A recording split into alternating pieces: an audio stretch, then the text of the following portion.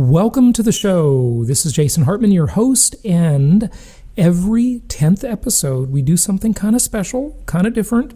What we do is we go off topic. So regardless of which show it is on the Hartman Media Network, whether it be one of the financial shows, economics, real estate investing, travel, longevity, all of the other topics that we have, every 10th episode we go off topic and we explore something of general interest, something of general life success value. And so many of our listeners around the world in 164 countries have absolutely loved our 10th episode shows. So that's what we're going to do today. And let's go ahead and get to our guest with a special 10th episode show. And of course, on the next episode, we'll be back to our regular programming. Here we go.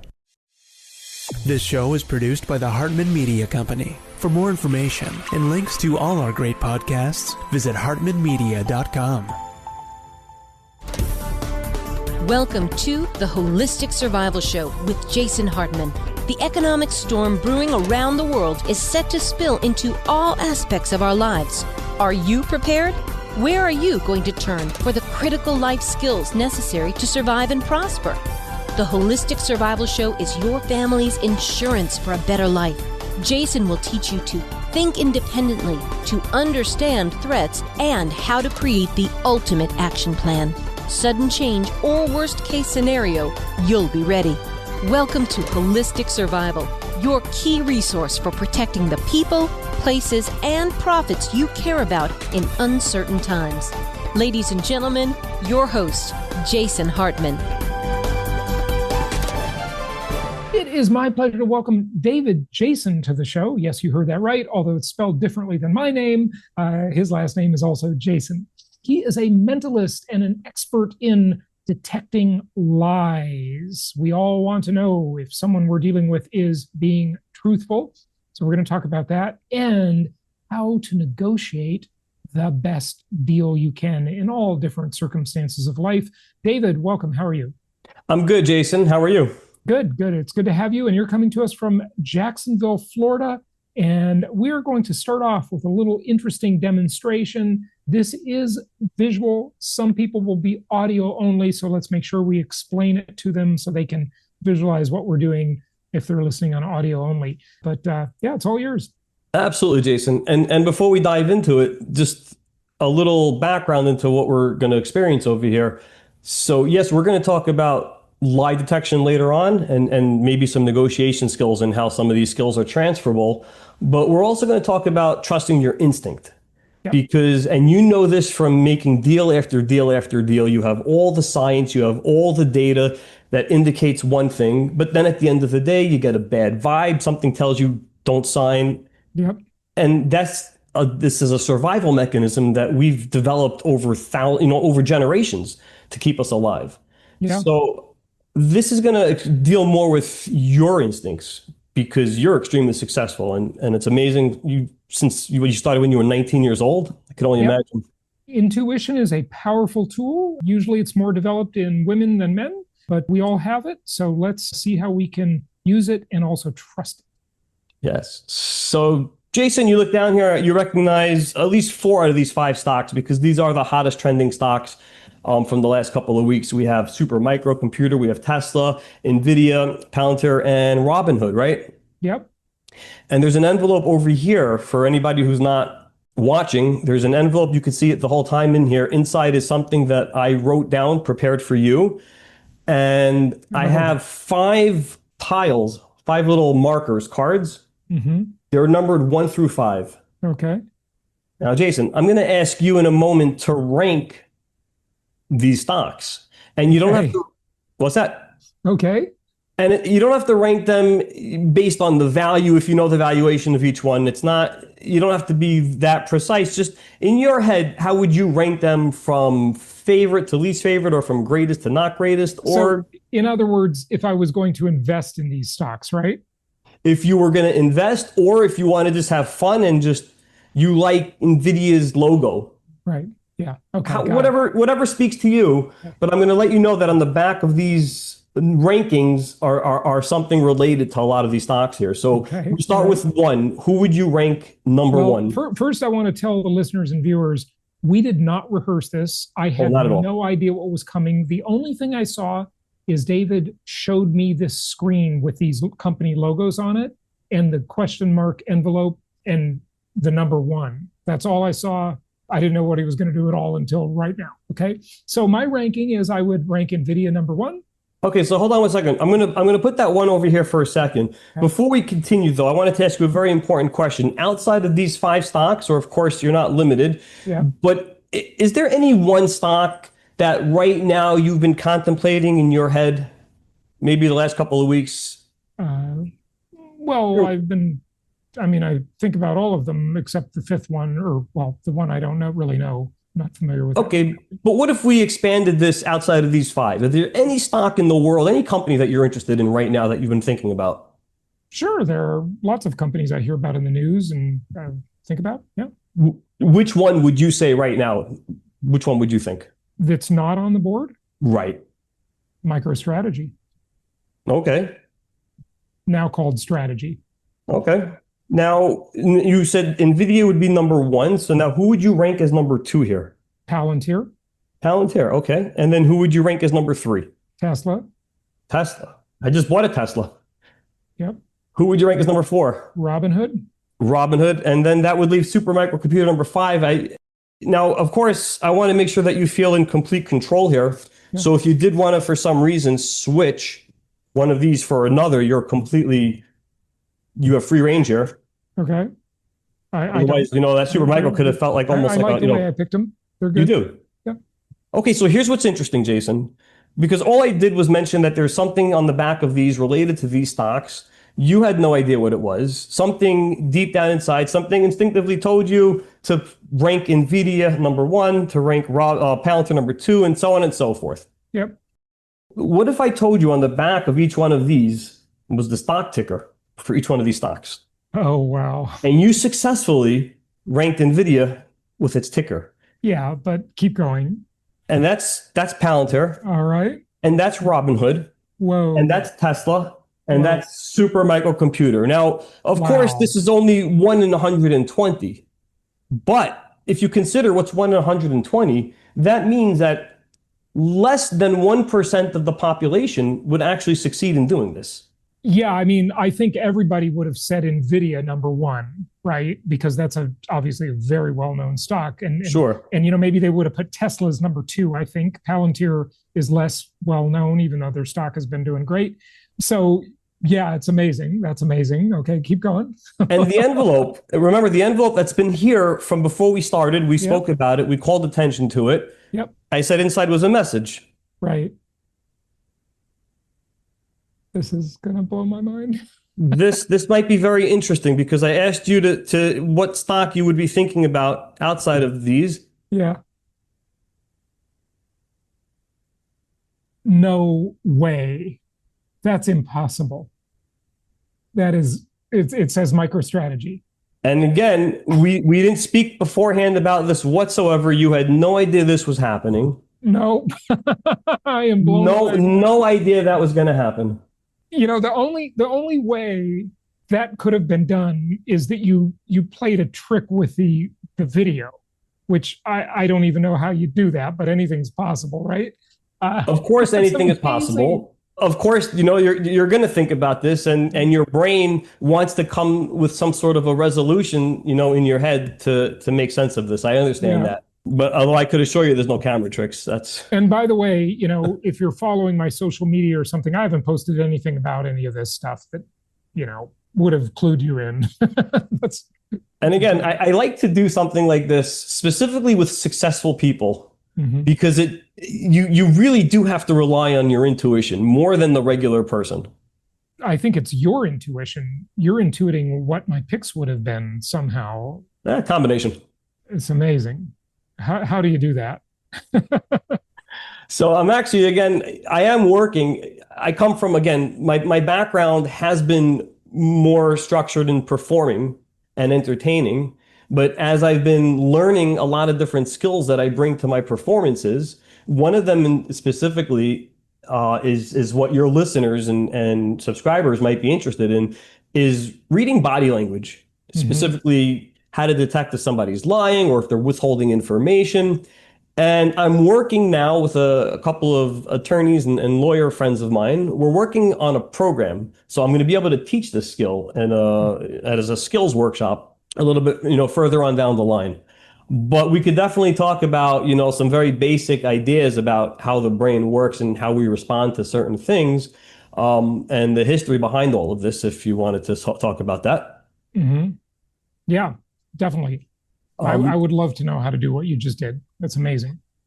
So, and also, full disclosure, not everybody will end up getting to that level from learning this stuff. Everybody's going to learn, they're at different paces and learn different skills, and some skills are not necessarily 100% teachable. But we're going to get somewhere in this specific program. But what's interesting is, we get asked a lot, especially, you're in a deposition, litigation, talking to a witness, right? How do you know if somebody's lying? How do you know if somebody's withholding information? What more could we get from them? Same thing, Well, I you're think at the the, first principle of that is you have to assume they are lying. But go assume ahead. everybody lies. Yes, I forget what the average number is, but I think there's an average number that everybody tells. I don't know if it's 4 or 5 lies either a day or an hour. There's some like Wow, crazy stat. that's You're scary. getting lied to every single day by people. Yeah, 100%. Small lies, big lies, but the small lies are the ones that all day. yeah. Wow. Or exaggerations, which is a form of lying, Yeah. Or omissions. omission, 100%. And those are harder to detect than an outright lie, obviously. If somebody's just omitting something, then they're telling you something that's truthful. But this is what's interesting. And we go back, we're going to talk about how this science even came about. And one of the pioneers of modern times, Joe Navarro, worked with the FBI. I don't know if you've heard of him, but he's like the leading expert right now in body language. Okay. And he started this in the beginning. They were interviewing some suspects. There was a murder that happened, and there was this one suspect that they were interviewing. This is an FBI interrogation, and he was considered at the time a minor suspect. And in the interview process, Joe was asking questions. If you would have committed the crime, would you have used a gun? If you had committed the crime, would you have used a knife? Would you have used an axe? Would you have used a ice pick or a pickaxe? I forget what the weapon it was exactly, but each time he was asking the question, when he mentioned the pickaxe, the suspect's eyes kind of went down and his whole, body changed slightly. And they never released Indicating that it publicly. was the pickaxe, right? That's what he did. It was the pickaxe that the FBI at the time, they didn't release to the public the weapon that was used. So nobody knew it was the pickaxe. So they Right. were just randomly asking these questions, and he saw that his eyes shifted downward as he was thinking about the pickaxe. And that clued them in. And then they started pressing harder. And it ended up that he went from being a minor suspect to admitting to the crime. And Wow. that was like the beginning of This the is whole. why you take the fifth and have a lawyer, folks. Okay. Yes, Do not answer questions for the cops. Yeah. that is solid advice. It doesn't change. And I would say, even if you're not guilty, by the way, because we've all heard the stories of, people that were not guilty that No, have words get actually. misconstrued, taken out of context. Yeah. Always. They're looking. But anyways, yeah. So that was like the beginning stages of learning, body language and looking for these incongruencies or inconsistencies between your words and your actions. Yeah. And then and before this, Paul Ekman in the 60s, he started studying this. And this was based on the premise Darwin all those years back. His theory was that facial expressions, emotions are universal. Mm-hmm. Right? So everybody in all different cultures would react the same to, some sort of an emotion. Yeah. And there was a lot of arguments back and forth over the years. And then Dr. Ekman came and he proved it scientifically through a lot of studies, Right. the facial expressions. And Sure, sure. So, the tongue can lie, but the body will betray you because it acts instinctively and tells the truth, right? the body will betray you. Yes.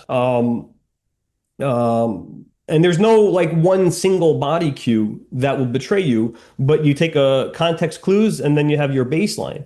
And Yeah. so what happens is when your analytical part of your brain, the neocortex, that's where you do all of your decision making and your analyzing, and that's where you could come up with the lies. Yeah. Okay. Then you're Well, we all understand the principle and we all understand there is something to body language. I think everybody believes that, of course. yes. But tell us how we can use this, like maybe a couple of specific body language things, movements that betray a person that where we can analyze them, reliable things because sometimes body language can mean two things, right? Right. If you cross your arms, it could just mean you're cold, right? So yeah. So it's going to be hard to go through it like visually, but Yep. when you break it down, there are 6 facial expressions of emotions. Okay. Okay, there's surprise, there's happiness, there's sadness, there's fear, anger, and disgust. Those are the most widely studied expressions. Got it. And in those expressions, there's facial expression, there's micro expressions, and then there's macro expressions, right? The macro expressions, they last a little bit longer. The micro expression, and it's called the micro expression, it's like an instant, it's like a split second. Right. And one of the challenges we have in Western society specifically is that we're from our of society etiquette, we don't stare at people when we speak, right? We're taught we're uncomfortable keeping a gaze. Yeah. So when you're looking for these expressions, you might miss them unless you're recording it and you watch it later, which is a lot of times in some of these interviews how they catch them, or you have to really be in tune with what you're looking for. And you have to look for these expressions. Yeah, and there, of course, was a TV series built around micro expressions. Lie to me. Lie to me. Yeah, right. I remember seeing a couple of those episodes. Yeah, And, highly recommend that show, by the way, if you're interested in this. And again, that's based on the work of Dr. Ekman. Right. Lie to me is the name Lie of to the me. show. Yeah. Great show. There's an example. I mean, there's a lot of examples we could talk about, but it's the expression and the words you're looking, and we said you're looking for those inconsistencies. So somebody might be, if you ask them a yes or a no question, right? The answer comes out. If you ask me a yes or no question and I'm not lying, my response is just going to be, it should just be a yes or a no. If I start repeating your question or I start giving you like a whole story to explain how it's a no, that's a red flag, right? When somebody's nervous and they're coming up with a story in their head, you should be able to see if when they're talking to you, if they're recall, you could see it in their body language, if they're pausing and looking for words, or if they're pulling it from their own experiences. There's a difference. Well, like in the study of, NLP, neuro linguistic programming, they talk about the eye movements, right? And, that goes way back to Richard Bandler and John Grinder, I think were their names. They wrote this famous, well, slightly famous book, I guess, called Frogs into Princes. And, they were the ones that sort of figured out this eye movement thing. Like, if you look one, and I can't remember which way it is, but if you look up one way, you're remembering and recalling. If you look up the other way, you're constructing, which means you're making it up, right? Yes. So I just think that's really interesting. I don't know how to do it, but I guess it's true. I don't know. But it's a combination. So it's a combination of the facial expressions, and you said it before, right? Your emotions don't lie. The limbic system or doesn't lie as well. You could, of course, if you're an actor and you've really rehearsed, then you can rehearse how to lie, right? Right. But most people can't. And when we introduce this emotion of surprise, now the surprise is an interesting emotion because the surprise, it quickly transfers into another emotion based on what the implications of the surprise is, right? If somebody surprises you with a gift, it makes you feel good. You're going to then, once you realize what the surprise is, then it converts into happiness or delight. But if the surprise is something that's negative to you, it could then go into fear, it could go into anger or disgust. And these are all the micro expressions that you would see. So if let's say you're sitting across on a negotiation table, you just ask a question that takes somebody, you want to catch them off guard and you want to confuse them to get a real emotional response, right? You want to try to find questions and prepare questions that are going to be hard to be rehearsed. And then when they're not rehearsed, that's when the body is going to give away what's really going on. So they're going to struggle with the answer, but more importantly, you'll be able to see the expressions once you study them. You'll be able to see, is this something that they're saying, one, they believe in it for real, Right. or but that's all based on one, recognizing the expressions, learning the expressions, and there's programs out there that you could learn how to read the facial expressions and also how to read the body language and the body language, how you're postured. If you're, when you take up more space in front of you, that's confidence. When you cower over like this, or your hands are, not shown, Yep. that's not being confident, right? That's insecurity. So in other words, confidence would show that the answer is likely to be true, and cowering and decreasing your body space would be the answer's maybe false. I would feel more confident with that, yes. And again, it's all every situation. There's baseline, also based on the conversations that you've had, but also context. But yes, more likely when you see those behaviors, when the body doesn't match what the brain is saying or conveying, that's a red flag, and that invites you to maybe poke more in that area.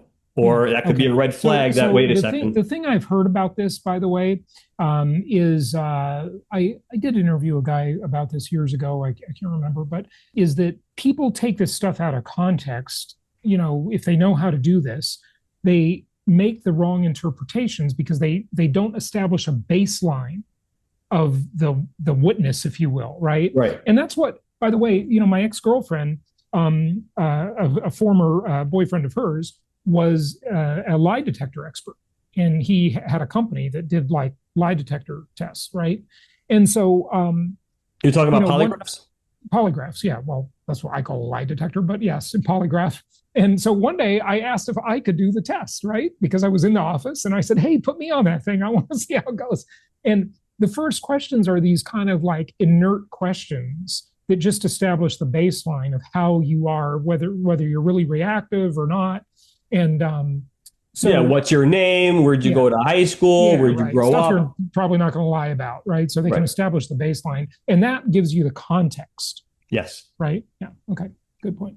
Obviously, if somebody comes in there and they're nervous to begin with, they might just be a nervous person. Yeah. But when you see the demeanor shift, when you see those subtle changes in the behavior, that's when you start raising awareness. And I'm going to say this is, at the end of the day, actions speak louder than words. Yeah. Right. And that's as true today as ever before. You're again, that whole limbic response, that emotional response, it's very hard to hide and fake. If somebody comes up to you, right, and prepared a meal and said, hey, Jason, I just prepared this, this steak, how is it? And you take a bite out of it. If it's delicious, it's going to be delicious. If it's not, you could say this is amazing, but you're going to have an instant reaction to that first bite. You're not going to be able, your face is going to give it away. Yeah. Okay. Right. Okay, good. So I know these two topics are tied together. We've talked so far about truth detection or lie detection, but how do we use this in negotiation? Well, a very simple, is that your best deal? Oh, okay. Got it. How's that? Yeah. That could tell you a lot. What's your bottom line?